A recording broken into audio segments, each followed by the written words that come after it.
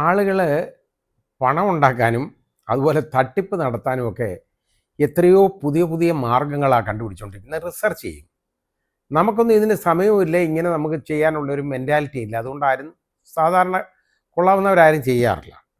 അപ്പോൾ ഇത് ഞാൻ പറയാൻ കാരണം, ഇപ്പോൾ നിമിഷപ്രിയ എന്ന് പറയുന്ന ഒരു വനിത യമനിലെ ജയിലിൽ കിടക്കുകയാണ് കേട്ടോ. ജയിൽ ശിക്ഷ അനുഭവിച്ച് കൊണ്ട് കിടക്കുകയാണ്.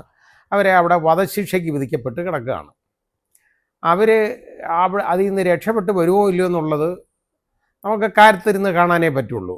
പലരും വലിയ അവകാശവാദങ്ങളൊക്കെ പറയുന്നുണ്ട്. ഞങ്ങൾ അങ്ങനെ ചെയ്യാൻ പോയി, ഇങ്ങനെ ചെയ്യാൻ പോയി, ഇപ്പോൾ ഏതാണ്ടൊക്കെ റെഡിയാക്കിയിട്ടുണ്ട്, ഇപ്പോൾ അവർ അങ്ങനെ വരും, ഇങ്ങനെ വരും ഉടനെ എന്നൊക്കെ പറയുന്നുണ്ട്. പക്ഷേ ഈ കൊല്ലപ്പെട്ട തലാൽ എന്ന് പറയുന്ന ആളുടെ സഹോദരൻ പറയുന്നത് ഇങ്ങനൊരു ചർച്ച നടന്നിട്ടുമില്ല, അയാൾക്ക് ഈ ചർച്ചയെക്കുറിച്ചൊന്നും അറിയാൻ വയ്യ, ഇങ്ങനൊരു സംഭവം നടന്നിട്ടില്ല, അവർ തയ്യാറുമല്ല തീർക്കാൻ. അതുകൊണ്ട് ആ സ്ത്രീയെ എത്രയും പെട്ടെന്ന് വധശിക്ഷ നടപ്പാക്കണം എന്നുള്ളതാണ് അയാളിങ്ങനെ ആവശ്യപ്പെട്ടുകൊണ്ടിരിക്കുന്നത് നിരന്തരം. അപ്പോൾ ഇതിൻ്റെ സത്യസ്ഥിതി എന്താണെന്ന് നമുക്കറിയില്ല. കാരണം ആ രാജ്യത്ത് പോയി അന്വേഷിക്കാനൊന്നും ആർക്കും പറ്റുകയില്ല. ഓരോരുത്തർക്ക് പറഞ്ഞു കേൾക്കുന്ന വിവരങ്ങൾ മാത്രമേ നമുക്കതിനെക്കുറിച്ചുള്ളൂ. അല്ലാതെ നമുക്ക് ഈ വിശദമായിട്ടുള്ള ഒരു ഒരു വിവരം അതിനെക്കുറിച്ച് നമുക്കറിയാൻ ഒരു മാർഗവുമില്ല. പക്ഷേ അന്നേരം നമ്മുടെ മിനിസ്ട്രി ഓഫ് ഫോറിൻ അഫയേഴ്സ് പറയുന്നത് ഇങ്ങനെ വലിയ ഈ രീതിയിലുള്ള ചർച്ചകളൊന്നും നടക്കുന്നൊന്നുമില്ല എന്നുള്ള രീതിയിലാണ് മിനിസ്ട്രി ഓഫ് ഫോറിൻ അഫയേഴ്സ് ഇന്ന് മനസ്സിലാവുന്നത്. പിന്നെ എംബസി തലത്തിൽ ഒന്ന് ശ്രമിക്കുന്നുണ്ട് എന്നുള്ളതാണ് ഗവൺമെൻറ് പറയുന്നത്. അപ്പോൾ അതെന്തുമാത്രം ഫലപ്രാപ്തിയിലെത്തി, അതോ എത്തുമോ ഇല്ലയോ എന്നുള്ളതൊന്നും നമുക്കറിയില്ല. അങ്ങനെ ഇരുന്നപ്പോഴാണ് ഇപ്പോൾ ഒരു കെ പോൾ എന്ന് പറയുന്ന ഒരു വിദ്വാൻ, എനിക്ക് അയാളെ അറിയില്ല കേട്ടോ ആരാണെന്ന്, ഒരു ഇവാഞ്ചലിസ്റ്റ് ആണെന്ന് പറയപ്പെടുന്നു, അങ്ങനെയാണ് മാധ്യമങ്ങളിൽ കാണുന്നത്. അയാൾ ഒരു പോസ്റ്റ് ഇട്ടേക്കുന്നു കേട്ടോ. ഇത് ഇവരുടെ പേരിലൊക്കെ പണപ്പിരിവ് നടത്താൻ പോയി കഴിഞ്ഞാൽ ഒരുപാട് പണം കിട്ടും, ഒരുപാട് പേര് കൊടുക്കും. അത് നല്ല മനസ്സുള്ളവരാണ്. കാരണം ഈ വനിത എങ്ങനെയെങ്കിലും രക്ഷപ്പെടട്ടെ എന്നുള്ള രീതിയിൽ ആണ് ആളുകൾ പലപ്പോഴും അതിനൊക്കെ പണം ചിലവാക്കാറുണ്ട്. ഒരുപാട് പേർക്ക് വേണ്ടി അങ്ങനെ പണം പിരിക്കാൻ ഇറങ്ങി എത്രയോ പേർക്ക് വേണ്ടി പണം പിരിച്ച് കൊടുത്ത് രക്ഷപ്പെടുത്തിയിട്ടുണ്ട്. അങ്ങനെയൊക്കെ സംഭവിച്ചിട്ടുണ്ട്. നിമിഷപ്രിയയ്ക്ക് വേണ്ടി 8.3 കോടി രൂപയും കൂടി ഇനി വേണം. അതുകൊണ്ട് ഒരു അക്കൗണ്ട് നമ്പരും ഒക്കെ കൊടുത്തിട്ടുണ്ട്. ആ അക്കൗണ്ടിലേക്ക് എത്രയും പെട്ടെന്ന് നിങ്ങൾ പണം അയക്കണം ഒക്കുന്നവരെല്ലാം എന്നുള്ള ഒരു അഭ്യർത്ഥനയാണ് ഈ ശ്രീ കെ പോൾ. അതാരാണ് ഞാൻ പറഞ്ഞില്ല, എനിക്കറിയില്ല ആളാരാന്ന്. മാധ്യമങ്ങളിൽ പറഞ്ഞു കേട്ട പേരാണ്, എനിക്കറിയില്ല അയാളെ. ഇങ്ങനെ പറഞ്ഞു കണ്ടു. അപ്പോൾ യഥാർത്ഥത്തിൽ അവർ ഇതിൻ്റെ ഒരു ഫാക്ട് ചെക്ക് നടത്തി ഇത് സത്യമാണോ ഇല്ലയോ എന്നറിയാനായിട്ട് മിനിസ്ട്രി ഓഫ് ഫോറിൻ അഫയേഴ്സിനെ സമീപിച്ചപ്പോൾ അവർ പറയുന്നത്, മിനിസ്ട്രി ഓഫ് ഫോറിൻ അഫയേഴ്സ് പറയുന്നത്, അവർ നോക്കിയിട്ട് പറഞ്ഞു ഇത് ഫേക്കാണ്, ഇങ്ങനൊരു സംഭവമില്ല, ആരും ഈ അക്കൗണ്ടിലേക്ക് പണം അയക്കരുത് എന്നാണ് അവർ പറഞ്ഞേക്കുന്നത്. അപ്പോൾ നോക്കിക്കോട്ടെ, നമ്മൾ ഈ പിശാചിൻ്റെ കണ്ണുനീര് കുടിക്കുക എന്ന് പറയുന്നത് കേട്ടിട്ടുണ്ടോ?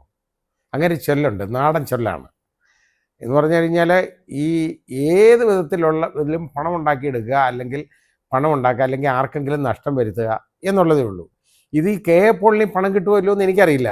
പക്ഷേ ഇത് എന്തായാലും ശരി, ഇങ്ങനൊരു സംഭവം ഇല്ല എന്ന് നമ്മുടെ മിനിസ്ട്രി ഓഫ് ഫോറിൻ അഫയേഴ്സ്, വിദേശകാര്യ വകുപ്പ്, അവർ വ്യക്തമാക്കിയിട്ടുണ്ട്. ഇങ്ങനൊരു സംഭവം ഇല്ല, ഇത് ഫേക്കാണ്, കള്ളമാണ്, ഇതിലാരും പൈസ അയക്കരുത് എന്ന് അവർ പറഞ്ഞിട്ടുണ്ട്. അപ്പോൾ ആ അക്കൗണ്ടിൽ പൈസ അയക്കണമെന്നുള്ളതിന് ഈ കെ പോളിന് എവിടുന്ന് ഇങ്ങനൊരു ഇൻഫർമേഷൻ കിട്ടി എന്നറിയില്ല. കാരണം ഇത്രയും രൂപയും കൂടെ ഉണ്ടെങ്കിലേ നിമിഷപ്രിയയെ മോചിപ്പിക്കാൻ പറ്റും എന്നുള്ളതാണ് കെ പോൾ അവകാശപ്പെടുന്നത്. ഈ നിമിഷപ്രിയയെ മോചിപ്പിക്കാം എന്നുള്ള വാക്ക് ആദ്യം കിട്ടട്ടെ. അത് കിട്ടിക്കഴിഞ്ഞാലല്ല എത്ര രൂപ എന്താണ് ഇതിനകത്തെന്ന് പറയാൻ പറ്റുള്ളൂ. അപ്പോൾ അതുപോലും അറിയാതെ ഇതിന് ഇത്ര രൂപ വേണം, ഇനി അതായത് 8.3 കോടി രൂപയുടെ കുറവുണ്ട്, അതും കൂടെ എല്ലാവരും കൂടെ റേസ് ചെയ്ത് തരണം എന്നുള്ള രീതിയിലാണ് ഇങ്ങനെ അഭ്യർത്ഥന വന്നേക്കുന്നത്. ഇത് വളരെ ഫേക്കാണ്, കള്ളത്തരമാണ്. ഇത് കേട്ട് ആരും വഞ്ചിതരാകരുത്. അപ്പോൾ ഇത് ഞാൻ പറഞ്ഞില്ലേ, ഇത് ഈ നിമിഷപ്രിയയുടെ കാര്യത്തിലായാലും ഇത് ഞാൻ പറയുമ്പോൾ, ഞാൻ നിമിഷപ്രിയ എങ്ങനെയെങ്കിലും രക്ഷപ്പെടുമെന്ന് പറയുമ്പോൾ ഒരുപാട് പേര് എന്നെ ക്രിട്ടിസൈസ് ചെയ്തിട്ടുണ്ട്, വിമർശിച്ചിട്ടുണ്ട്. നിങ്ങൾക്കെന്തോ കാര്യം, ഒരുത്തനെ ഇത്രയും 110 കഷ്ണമാക്കിയതല്ലേ എന്നൊക്കെ പറയും. അതല്ല പ്രശ്നം, എത്ര കഷ്ണമാക്കിയെന്നുള്ളതല്ല, ആ സ്ത്രീ അങ്ങനെ ചെയ്യാനിടയായിപ്പോയി. ഒരു തെറ്റ് അങ്ങനെ ചെയ്തിട്ടുണ്ട്, ശരിയാണ്. വേറെ ക്രിമിനൽ കേസൊന്നും അവരുടെ പേരില്ല. അപ്പോൾ ഞാൻ പറഞ്ഞ അത് എന്തോ ഒരു സാഹചര്യത്തിൻ്റെ ഒരു സമ്മർദ്ദം മൂലം അത് ചെയ്തു പോയതാണ് എന്നുള്ളത് കൊണ്ട് ഞാൻ പറയുന്നതാണ്. അതല്ലാതെ എനിക്കിപ്പോൾ നിമിഷപ്രിയ എൻ്റെ ആരുമല്ല, എൻ്റെ ഒരു ബന്ധുവല്ല നിമിഷപ്രിയ. എനിക്ക് നിമിഷപ്രിയ അടുത്ത് യാതൊരു താല്പര്യവും എനിക്കില്ല. ഒരു സ്ത്രീ, അത് മലയാളി എന്നുള്ള നിലയ്ക്ക് ഉള്ള ഒരു താല്പര്യം മാത്രമേ എനിക്കുള്ളൂ. കാരണം അവർ അവിടെ അങ്ങനെ ഒരു പൊസിഷനിൽ അകപ്പെട്ടു. വളരെ പ്രിക്കേറിയസ് പൊസിഷനാണ്, സിറ്റുവേഷനായിരുന്നു. നിവർത്തിയില്ലാതെ ചെയ്തു പോയതാണ് എന്ന് ഇതിനെക്കുറിച്ച് അങ്ങനെ അറിയപ്പെടുന്നത്, ഇതിനെക്കുറിച്ച് അറിയുന്ന അതാണ്. അത് പക്ഷേ അത് ബാക്കിയൊക്കെ, അതായത് അവരെ വളരെ ചതിയിൽപ്പെടുത്തിയതാണ് എന്ന് പറയപ്പെടുന്നുണ്ട്. അതുകൊണ്ടാണ് ഞാൻ നിമിഷപ്രിയയ്ക്ക് വേണ്ടി പറഞ്ഞത്. അല്ലാതെ എനിക്ക് നിമിഷപ്രിയ, ഞാൻ പറഞ്ഞില്ലേ, എനിക്ക് ആരും താല്പര്യമുള്ളതല്ല. പക്ഷേ ഇപ്പോൾ ഈ സംഭവിക്കാൻ പോകുന്നത് ആ സ്ത്രീക്ക് ഏതെങ്കിലും വിധത്തിൽ എങ്ങനെയെങ്കിലും ഒരു മോചനം കിട്ടുമോ എന്നുള്ളതിൻ്റെ സാധ്യതകൾ പോലും അടയ്ക്കുന്ന ഒരു ഇടപാടാണ് ഇപ്പോൾ ചെയ്തുകൊണ്ടിരിക്കുന്നത്. കാരണം അവർക്ക് വേണ്ടി വ്യാപകമായി പണപ്പിരിവ് നടത്താൻ പോകുന്നു എന്നുള്ള ഒരു അറിവൊക്കെ ഉണ്ടെന്നുണ്ടെങ്കിൽ ഈ പണം അവിടെ വാങ്ങാതിരിക്കുന്നവർ അവർ ഇതിലങ്ങ് നിർത്തത്തില്ല, അവർ വീണ്ടും ചോദിച്ചുകൊണ്ടിരിക്കും. അത് മാത്രമല്ല, ചോദിക്കുന്നത് മാത്രമല്ല, അവർ പണം വാങ്ങിക്കൊണ്ടത് തീർക്കാൻ തയ്യാറല്ലെന്നാണ് അയാളുടെ സഹോദരൻ പറയുന്നത്. പക്ഷെ അത് അയാളുടെ സഹോദരൻ പറഞ്ഞതുകൊണ്ട് കാര്യമൊന്നുമില്ല. കാരണം അയാളുടെ അച്ഛനും അമ്മയുണ്ട്, അയാളുടെ മക്കളുണ്ട്. അവർ പറയുന്നത് കഴിഞ്ഞിട്ടേ ഉള്ളൂ ഈ സഹോദരൻ്റെ കാര്യം കേൾക്കുന്നത്. പക്ഷേ അവിടുത്തെ കാര്യമൊന്നും നമുക്ക് പറയാൻ പറ്റത്തില്ല. കാരണം എപ്പോഴും ഫ്ലക്ച്വേറ്റിംഗ് ആണ് അവരുടെ ഓരോ ഡിസിഷൻ. അവർക്ക് ശരിയായ ഒരു തീരുമാനമൊന്നും അവിടെ നിന്ന് അങ്ങനെ വരത്തില്ല. എന്ത് നടക്കും, എന്ത് നടക്കത്തില്ല എന്നുള്ളതൊക്കെ നമുക്ക് ഒരു പ്രവചനാതീതമാണ് അവിടുത്തെ കാര്യങ്ങൾ. അതുകൊണ്ട് നമുക്കത് പറയാൻ പറ്റുന്നില്ല. പക്ഷേ ഇപ്പോൾ ഈ ചെയ്തേക്കുന്ന പണിയെന്ന് പറയുന്നുണ്ടല്ലോ, ഇതല്ലാതെ വേറെ വല്ല ജോലിയും ചെയ്ത് ജീവിച്ചൂടെ? ഈ രീതിയിൽ പണപ്പിരിവിൻ്റെ കാര്യം പറയാൻ, അതും ആ സ്ത്രീയുടെ പേർക്ക്. അവിടെ ഇങ്ങനെ കിടക്കുകയാണ്. അപ്പോൾ ഇവരുടെ ബന്ധുക്കൾക്കൊന്നും ഇതറിയില്ല ഇങ്ങനൊരു സംഭവം ഉണ്ടെന്ന്. പക്ഷേ അവരും ഇതിനോടൊപ്പം എങ്ങനെയെങ്കിലും പണം സ്വരൂപിച്ച് കൊടുത്താൽ കാര്യം റെഡിയാക്കുമെങ്കിൽ അങ്ങനെ ആകട്ടെ എന്ന് വിചാരിക്കും. അങ്ങനെ ഇതിൻ്റെ പേരിൽ കള്ളക്കളികൾ നടത്തുന്ന ആളുകളെ ഒന്ന് ആലോചിച്ച് നോക്കിക്കോളൂ. ഇതുപോലെ ഇത്രയും ബുദ്ധിമുട്ടിൽ കഴിയുന്ന ഒരാളുടെ പേരിൽ കള്ളക്കളി പോലും നടത്താൻ താല്പര്യപ്പെടുന്ന ആളുകളെ നമ്മൾ മനസ്സിലാക്കണം, തിരിച്ചറിയണം. ഞാൻ പറഞ്ഞില്ലേ, ഇയാളെ എനിക്കറിയില്ല. പക്ഷേ ഈ ചെയ്തേക്കുന്നത്, ഇങ്ങനെ ചെയ്തിട്ടുണ്ടെങ്കിൽ അത് വളരെ വലിയ തെറ്റാണ്. ഇപ്പോൾ വാർത്താ മാധ്യമങ്ങളെ ഇത് കാണിക്കുന്നുണ്ട്. ഈ നിമിഷപ്രിയയുടെ മോചനത്തെ സംബന്ധിച്ചൊക്കെ നമ്മൾ പറഞ്ഞേക്കുന്ന വിവരങ്ങളൊക്കെ ഉണ്ടല്ലോ, അതിൻ്റെ ചർച്ച നടന്നു, അവിടെ എല്ലാം റെഡിയാണ്, ഇത് ഇങ്ങനെ ശരിയാണ് എന്നൊക്കെ പറയുന്ന ചർച്ചകൾ, അതൊന്നും നമ്മുടെ കേന്ദ്ര ഗവൺമെൻറ്, അത് യൂണിയൻ ഗവൺമെൻറ് ശരിവെച്ചിട്ടില്ല. ഇങ്ങനെ ചർച്ചയുണ്ടായിരുന്നോ, ഇതുപോലെ നടക്കുന്നൊന്നും ഒന്നും ശരിവെച്ചിട്ടില്ല. അവർ പറയുന്ന ആ രീതിയിൽ ഈ അവകാശവാദങ്ങൾ ഉന്നയിക്കുന്നവരുമായിട്ടൊന്നുമുള്ള ചർച്ച ഉണ്ടായിട്ടില്ല എന്നാണ് പറയുന്നത്.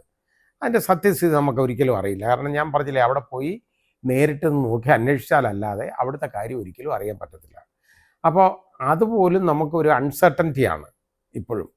കാരണം ഇത് എങ്ങനെ നടക്കും, എന്ത് നടക്കും എന്നുള്ളത് ഞാൻ പറഞ്ഞില്ലേ, പ്രവചനാതീതമാണ്. നമുക്കൊരിക്കലും മുൻകൂട്ടി കാണാൻ പറ്റത്തില്ല അവരുടെ കാര്യങ്ങളൊക്കെ. അതുകൊണ്ട് ഏതായാലും നമുക്ക് ആശിക്കാം ആ സഹോദരി രക്ഷപ്പെട്ട് വരട്ടെ എന്നുള്ളത്. അത്രേ ഉള്ളൂ. രക്ഷപ്പെട്ട് വരട്ടെ എന്ന് ഞാൻ പറഞ്ഞത് അവരെ ശിക്ഷിക്കപ്പെടണമെന്നുള്ളതല്ല. അവരെ വധശിക്ഷയിൽ നിന്ന് അവരെ ഒന്ന് ഒഴിവാക്കിയിട്ട് ജയിലിൽ കിടക്കും, അത് ഉറപ്പാണ്. ജയിൽ ശിക്ഷ ഇല്ലാതെ പറ്റത്തില്ല, അതവിടെ കിടക്കും.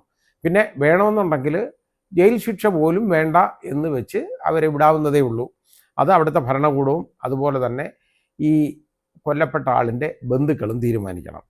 അത് ആ രീതിയിലുള്ള ഒരു പ്രാർത്ഥനയെ നമുക്ക് ചെയ്യാൻ പറ്റുള്ളൂ ഇതിനകത്ത്. അല്ലാതെ വേറെ ഒന്നും നമുക്ക് ചെയ്യാൻ പറ്റത്തില്ല. പക്ഷെ അതിനിടയിലുള്ള ഈ കള്ളക്കളികളുണ്ടല്ലോ, അത് അവരുടെയൊക്കെ ഇനി ഉണ്ടായേക്കാനിടയായിട്ടുള്ള മോചന ശ്രമങ്ങളെ അതിനെ പോലും തകിടം മറിക്കും. അങ്ങനെ ആകരുത്, അങ്ങനൊരു പരസ്യം വരരുത്, അവരുടെ പേരിൽ പണപ്പിരിവൊന്നും നടത്തരുത്. ശരിയല്ല.